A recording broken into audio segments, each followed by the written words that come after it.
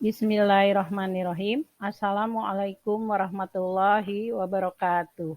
Hai para pembelajar sosiologi, apa kabar semua?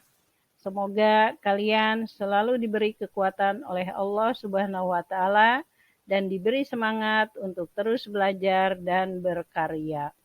Bertemu kembali dengan saya Siti Atmi SPD dalam video pembelajaran sosiologi di kelas 12 semester 5. Pada video pembelajaran kali ini, kita akan membahas KD 3.3, yaitu tentang ketimpangan sosial. Nah, dalam video ini akan menjelaskan sub materi dari KD 3.3 tersebut, yaitu berkaitan dengan definisi dan faktor penyebab ketimpangan sosial.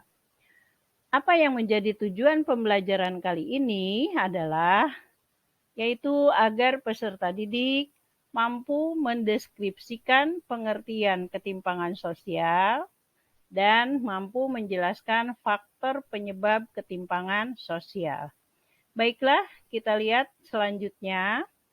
Ibu menampilkan beberapa foto di sini sebagai ilustrasi bahwa adanya ketimpangan sosial itu memang terjadi seperti dalam gambar di mana kita bisa melihat sarana pendidikan yang berbeda antara di desa dengan di kota. Kemudian bagaimana proses pembangunan yang terjadi di kota-kota besar dan kita bandingkan bagaimana proses pembangunan yang terjadi di desa-desa, ya. Jadi ada perbedaan. Nah, selanjutnya apa sih ketimpangan sosial itu? Ketimpangan sosial diartikan sebagai ketidaksamaan akses untuk mendapatkan atau memanfaatkan sumber daya yang tersedia. Ketimpangan sosial diartikan sebagai adanya ketidakseimbangan atau jarak yang terjadi di tengah-tengah masyarakat yang disebabkan adanya perbedaan status sosial, ekonomi, ataupun budaya. Bagaimana ketimpangan sosial menurut para ahli? Kita bisa dilihat di sini. Definisi ketimpangan sosial menurut beberapa ahli, diantaranya Andrinov Chaniago berpendapat bahwa ketimpangan adalah buah dari pembangunan yang hanya berfokus pada aspek ekonomi dan merupakan aspek sosial. Yang kedua, pendapat Budi Winarno bahwa ketimpangan merupakan akibat dari kegagalan pembangunan di era globalisasi untuk memenuhi kebutuhan fisik dan psikis warga masyarakat. Jadi berpendapat merupakan kegagalan. Sedangkan pendapat yang ketiga, Royhatul Aswidah itu berpendapat bahwa ketimpangan sosial sering dipandang sebagai dampak residual itu sisa dari proses pertumbuhan ekonomi. Demikian definisi ketimpangan sosial menurut para ahli. Selanjutnya, apa sih yang menjadi faktor penyebab ketimpangan sosial?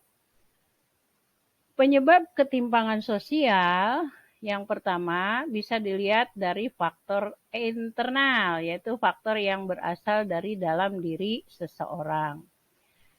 Faktor ini berasal dari dalam diri seseorang, diantaranya rendahnya kualitas diri seseorang adalah salah satu faktor internal. Ketimpangan sosial ini bisa muncul karena kemiskinan yang mengekang masyarakat. Selanjutnya, faktor penyebab yang kedua adalah faktor penyebab eksternal. Faktor ini merupakan faktor yang berasal dari luar diri seseorang.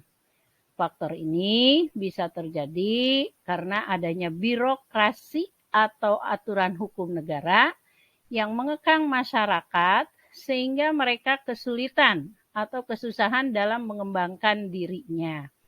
Ketimpangan sosial ini bisa memicu adanya gejala kemiskinan struktural. Demikian faktor penyebab yang berasal dari dalam ataupun luar masyarakat.